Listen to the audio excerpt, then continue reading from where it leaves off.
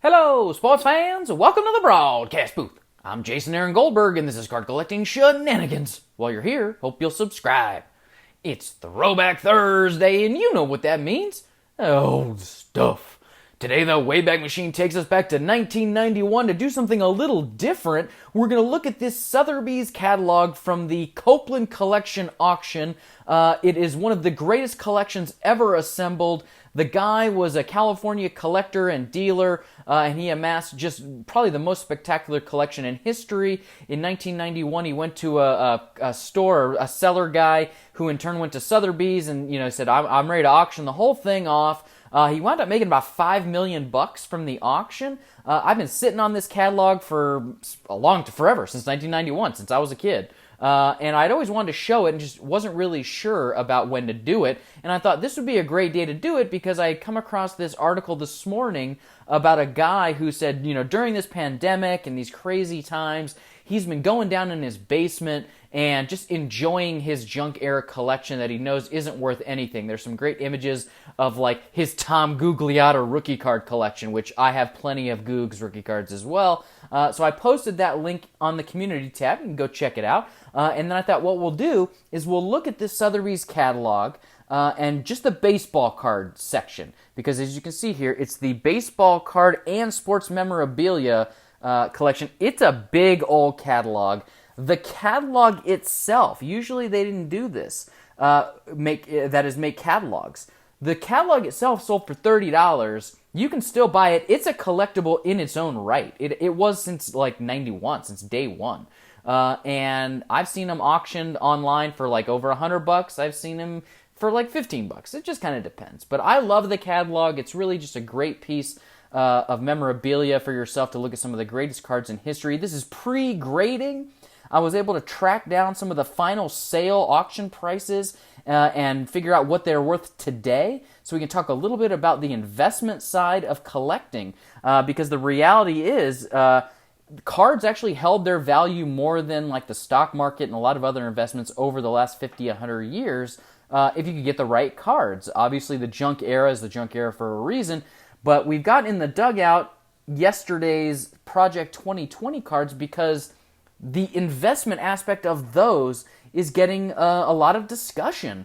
I've been, if you get them in the first 24-hour window or so, they're not a crazy price. Although if you amass the whole set at $20 a piece, it'd be like $8,000. But after that first 24 hours, they're basically like doubling, tripling in price. They're going for about $50 a card, especially for the most in demand. So let's take a look at some cards, what their price was or their starting bid in 1991. I'll try to go somewhat quickly, but as I said, it's a big old book. We're going to go through about half of it, which is all cards. And we'll talk a little bit about those and just take a really good look at it. I'll do my best to show as much as I can. Obviously, I can't get it all in frame, but something I encourage you to do is you can pause the video, and like read the captions and go through it and enjoy it. Although if you dig deep enough on Google, I believe there are scans of the entire catalog you can kind of go through and read everything. Look, you can print it out for yourself, or just buy one online. As you can see here, page 1. There's color, a lot of black and white.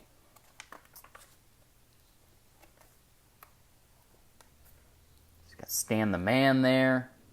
Mickey's 51 Bowman. I've got a little cheat sheet here, and as I come across the cards that I was able to track down the final prices on, we'll stop and we'll talk a little bit about the investment aspect of it. Love this, the 50s here, Bowman, Whitey Ford, Mantle, Roy Campanella, Duke Snyder. Wish I could get a little bit more in frame, sorry about that. And the light is really giving us a little trouble here, but doing my best. All right, so I think we'll be getting into the... Actually, that's not too bad. Just sort of show it like that. When you think about, do you keep a box, if you're... Or like, remember back in the day, the 36-pack boxes used to have like uncut sheets of 4 cards on the bottom. Do you keep that? I mean, look at this. This guy amassed this amazing collection.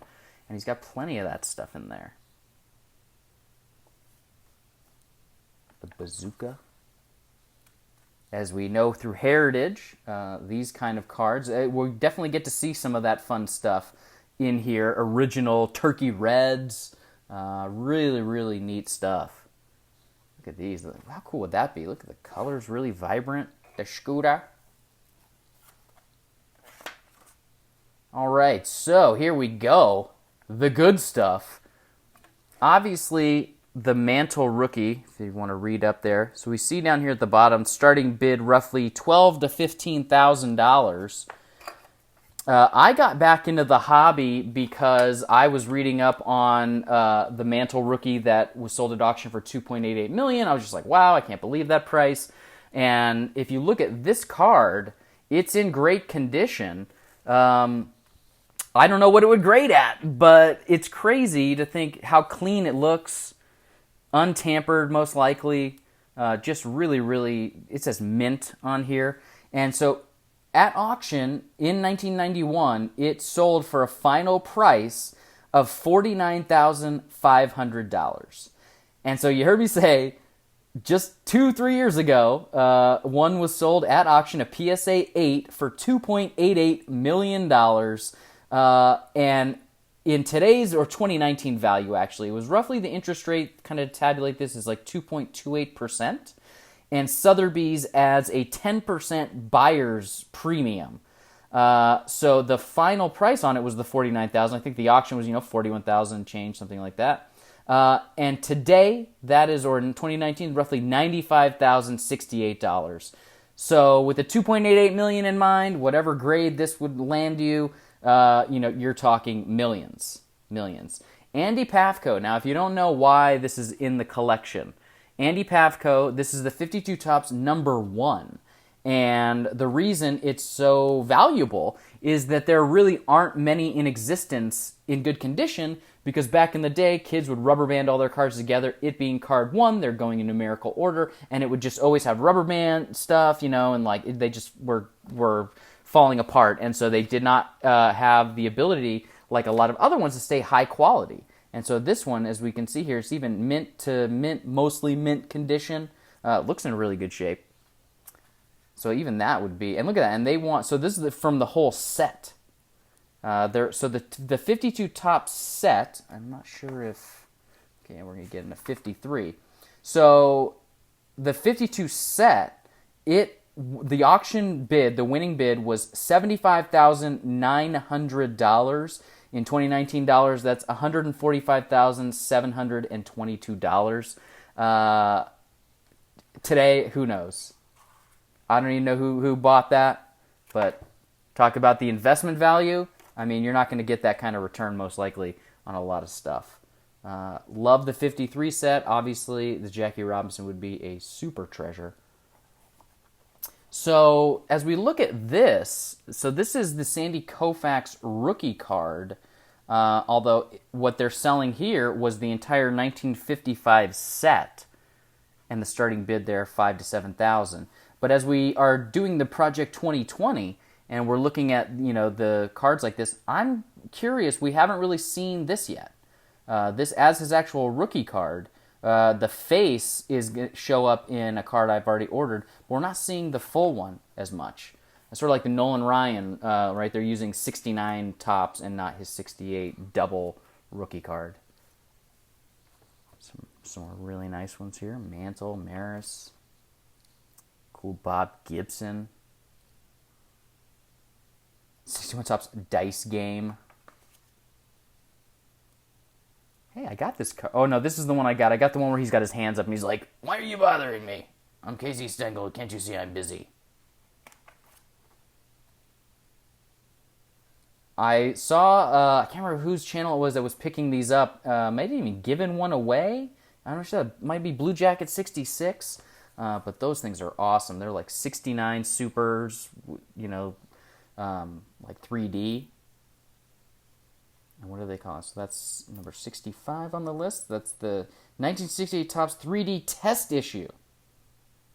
Starting bid of $7,000 to $10,000.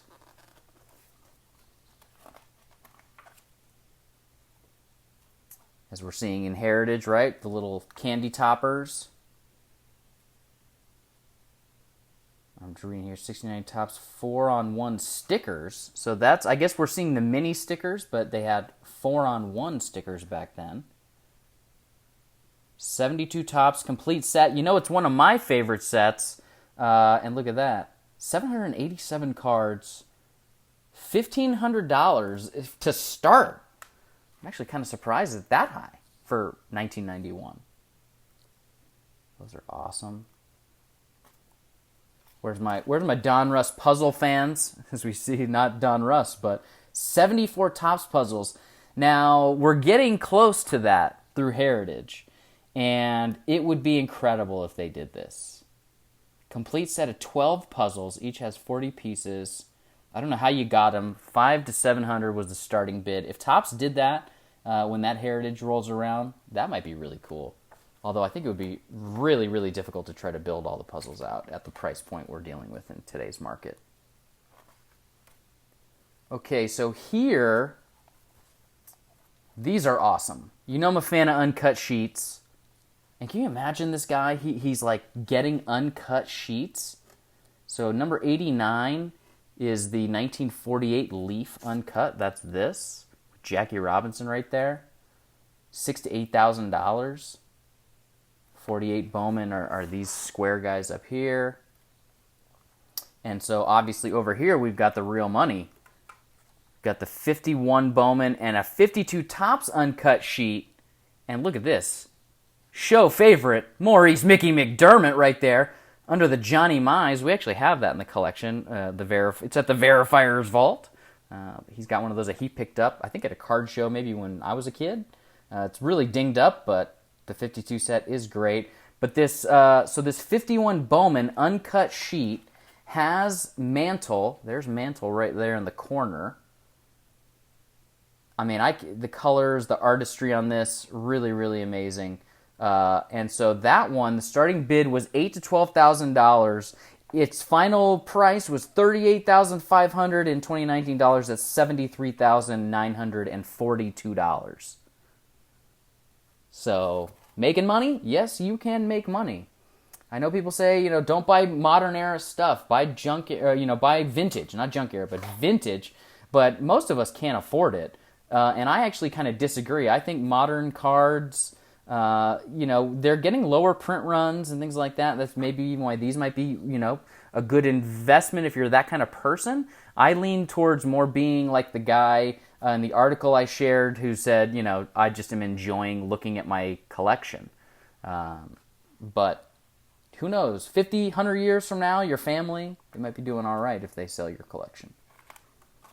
All right, so that's a really cool Jimmy Fox. I don't even know what the color is on that. What is it? Tattoo Orbit. It's a complete set. 1960 cards made by Orbit Gum Company. Flesh tones. Oh, that's interesting. Tinted flesh tones with black and white photo of ball players against drawn baseball park backgrounds. Yeah, really neat. So these aren't even cards. These are just, or maybe they are. I mean, this one, so 106 Butterfinger Premiums. This Babe Ruth here.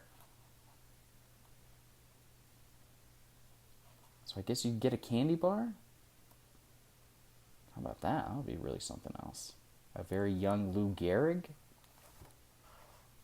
Eventually, keep it in your mind, going to show off the Babe Ruth autograph ball. Okay, so this one, the Napoleon Lejoie, I want to say, is how you say it. I've heard it before, but it's escaping me how you actually pronounce it. Lejoie or Lejoie. This particular card, obviously, beautiful, kind of a classic.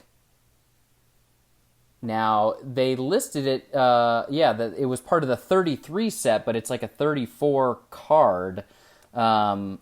And it sold, it was a big one in this collection.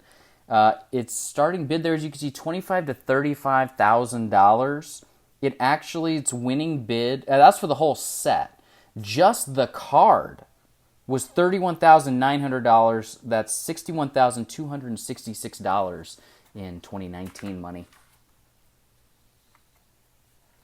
Look at that. Look at that Beautiful. Babe Ruth. Complete set. Complete 33 Gaudy set in almost mint condition. Bonkers.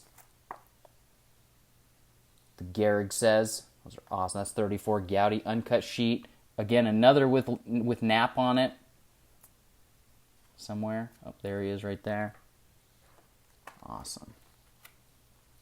Or that Lou Gehrig says. I feel like I should just leave it like this because we're actually seeing much better.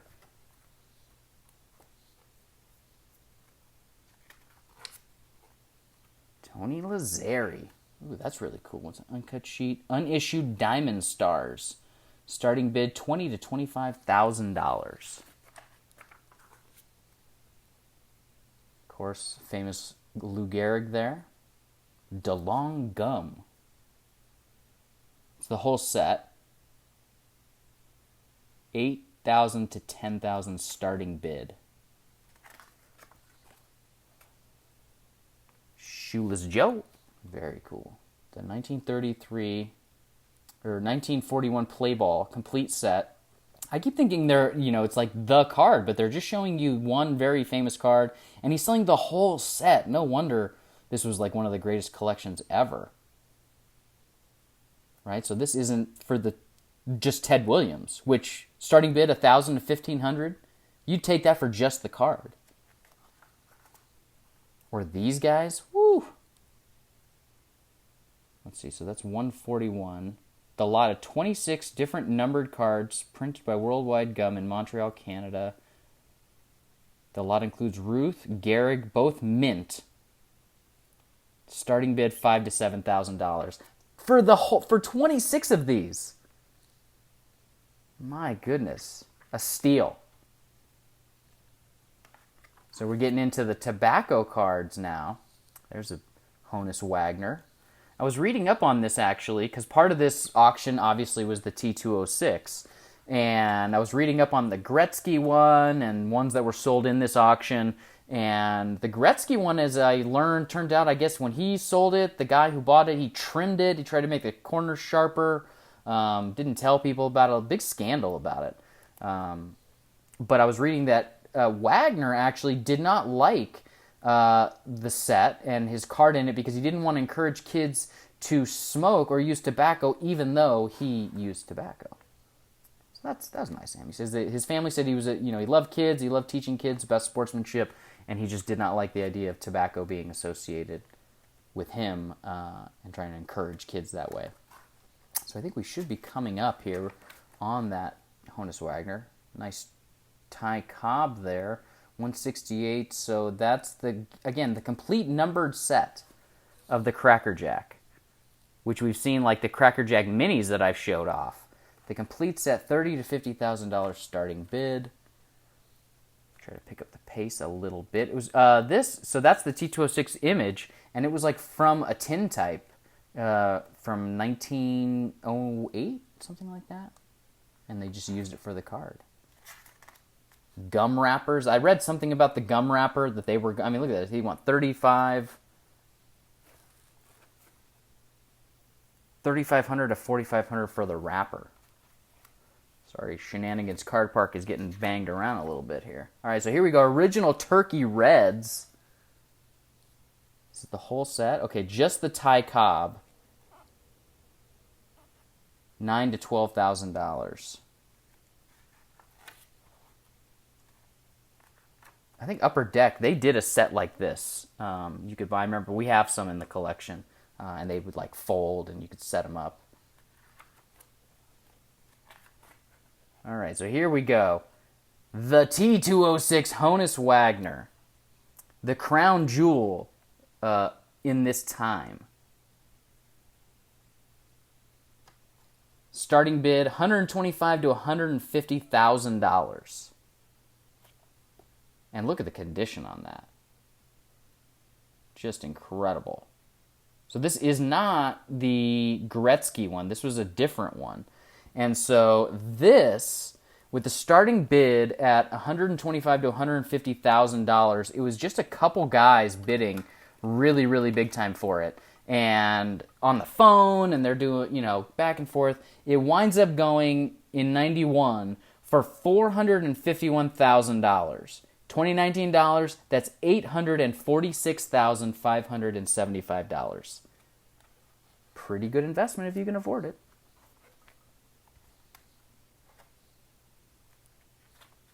I really wish I had some of these tobacco cards. I should try to buy some, but you know, you can probably get commons for like not very much. You know, anywhere from $50 to a couple $100, but still pretty rich.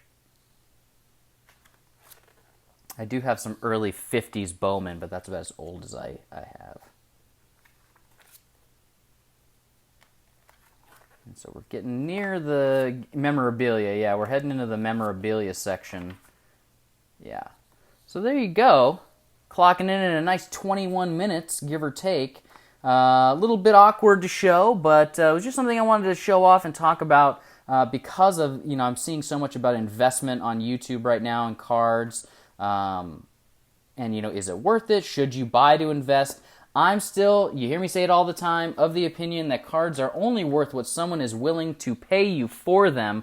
So you shouldn't be collecting, in my opinion, just for the financial aspect. It would be, you know, I believe more in enjoying the card and the collection. And if you look at it as an investment, it's more like a rainy day fund. But even the process of then trying to sell your investment, you know, is going to be expensive. Especially in this era of grading and all of that. I'm not saying it's impossible, but nothing is cheap, right? It all comes at a price. So I hope you enjoyed that. Leave a comment and let me know what you thought of the episode. More fun shenanigans next week. I'm looking forward to reading all your comments. Slam that like button. Make sure you're subscribed. Tell all your friends. And I'll see you next time in the broadcast booth.